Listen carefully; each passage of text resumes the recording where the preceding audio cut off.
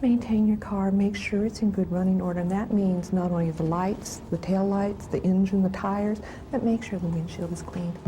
We found that if the tires are more firmly inflated, you're able to have better steering capabilities with that handling characteristics with the car.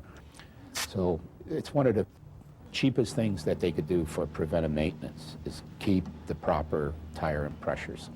If you feel a catastrophic tire failure while you're driving, the best thing you can do is to gradually come to a stop. Avoid locking up the brakes again because you may end up losing control of the car.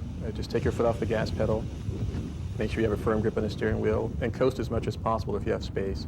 If you need to use the brakes, just use them lightly. If you're on a freeway or if you're in a bad spot, move your vehicle onto the shoulder and then drive nice and slowly with a flat tire to a safe place. When we have a brake failure, something that we fail to do is look at other alternatives to avoid the crash. We panic. You can always shift down into a lower gear. There's always an emergency brake that you could use. You can always use steering as an option.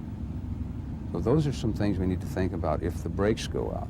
Sometimes the brakes go out, it just means that they've lost some fluid and that extra pressure is necessary.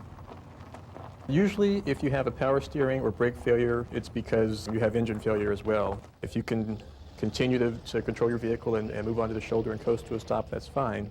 If your vehicle comes to a stop and you're in the traffic lane and you can't move it to the shoulder because of engine failure, then you're best off turning on your four-way flashers and then moving away from the vehicle onto the shoulder yourself and calling for assistance.